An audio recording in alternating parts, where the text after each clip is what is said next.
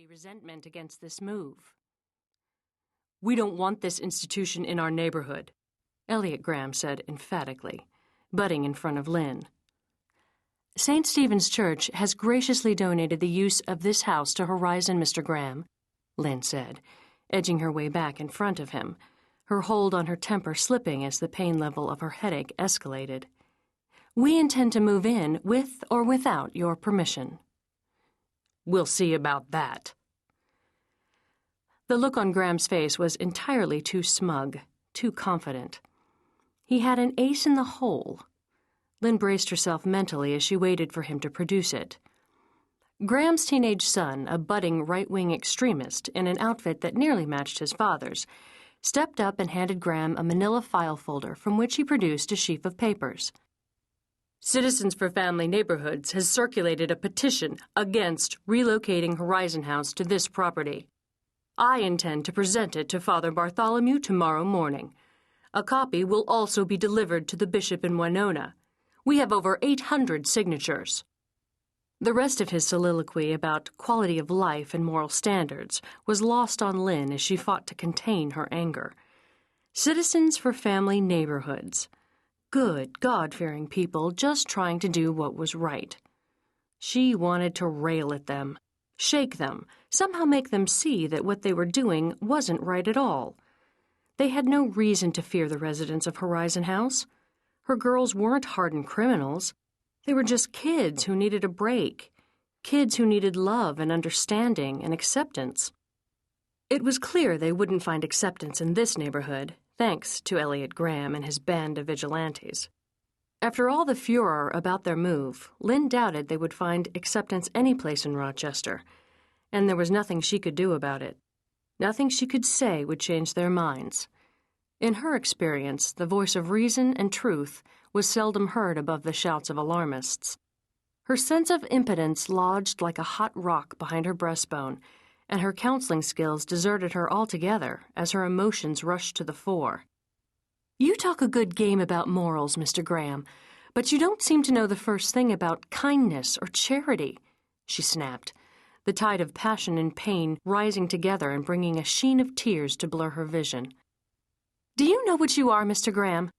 You're nothing but a petty, pompous—" The news crew turned abruptly away. With the absence of light came the easing of the sword of pain, replaced by blessed cool relief.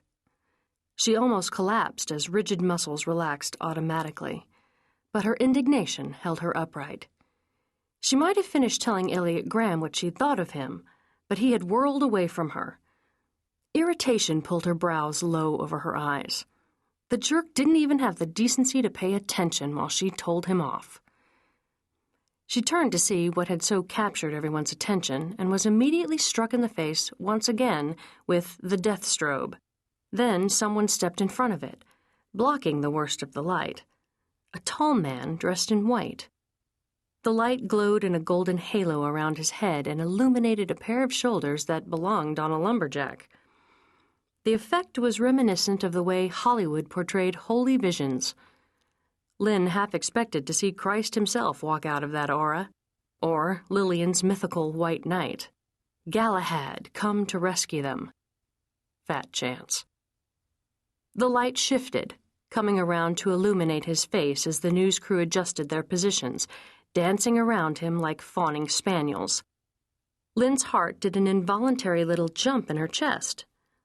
Galahad, indeed.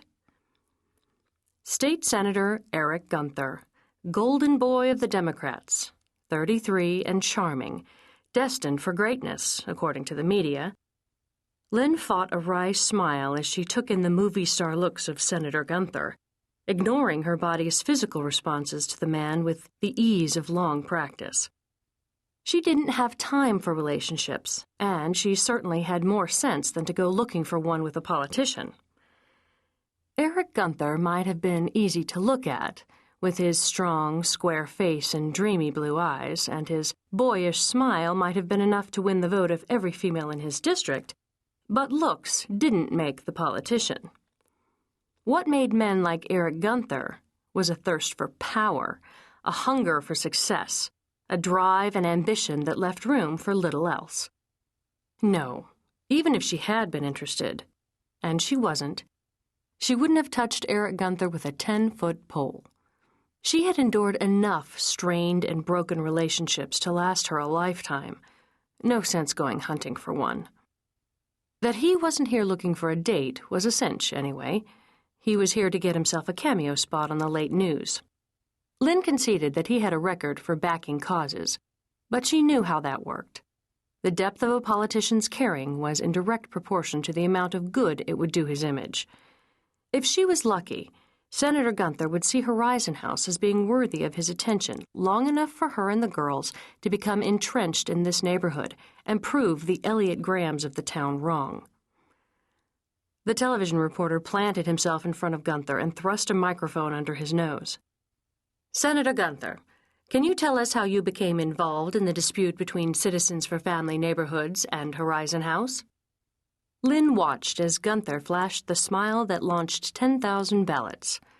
The electricity that flowed out of him hit her with a jolt that almost knocked her off her feet. He was standing not more than a yard away, looking right at her, the blue of his eyes almost startling, the compassion in his expression so real she almost believed it. Amazed, she felt herself drawn to him as if he were magnetic. She had taken a step toward him before she even realized it. She pulled herself up abruptly and gave herself a mental shake. "Get a hold of yourself, Lynn. He's just a man." "I'm always interested when people are unjustly denied basic human rights, such as housing," he said, his voice a husky baritone that somehow made him seem more like one of the people than a polished public speaker who was groomed and trained for the job. "Then you're taking a stand against Citizens for Family Neighborhoods?" Another smile. This one was soft, with just the perfect touch of hurt feelings. "No one is more in favor of family neighborhoods than I am." Nice bit of fence straddling there, Lynn thought. "But I feel that in today's world, with 1 out of 2 marriages ending in divorce, we need to broaden our idea of what a family is. We need to look at our communities and neighborhoods as families. Families that welcome new members instead of shutting them out because of prejudices." Even Elliott Graham seemed impressed by Gunther's eloquence. Graham's righteous bluster deflated like a stuck balloon. He seemed to shrink a little. Gunther had stolen his thunder and his moment on the news. He tucked his petition away in its folder and handed it back to his son. Graham Jr. flashed Lynn a petulant look as if it were her fault Gunther had come to take up the gauntlet. Lynn dismissed the boy as she scanned the crowd. The level of tension that had been building to a head as she had faced off with Graham had been cut by more than half. Whether it was the senator's words or his stunning physical presence that had done the trick, she wasn't sure. But it didn't matter. He had effectively done what she, with her many credits in psychology and counseling, had failed to do. As her migraine took a firmer hold behind her eye, Lynn felt a stab of resentment toward Gunther. This was her fight. She should have been the one making the touching statements. Instead, she'd been upstaged by a golden boy and her own temper. It was the story of her life. Gunther stepped toward her, lifted the box of kitchen utensils out of her hands, and tucked it under one arm like a football.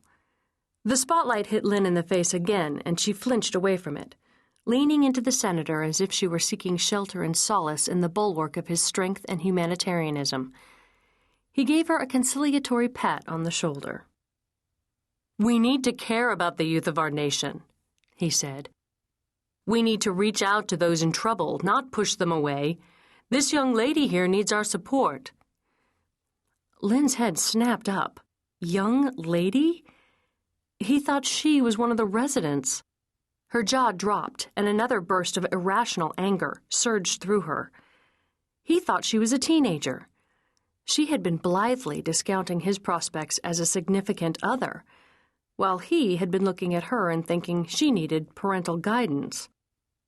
He ended his statement with a promise to do all he could to help Horizon House.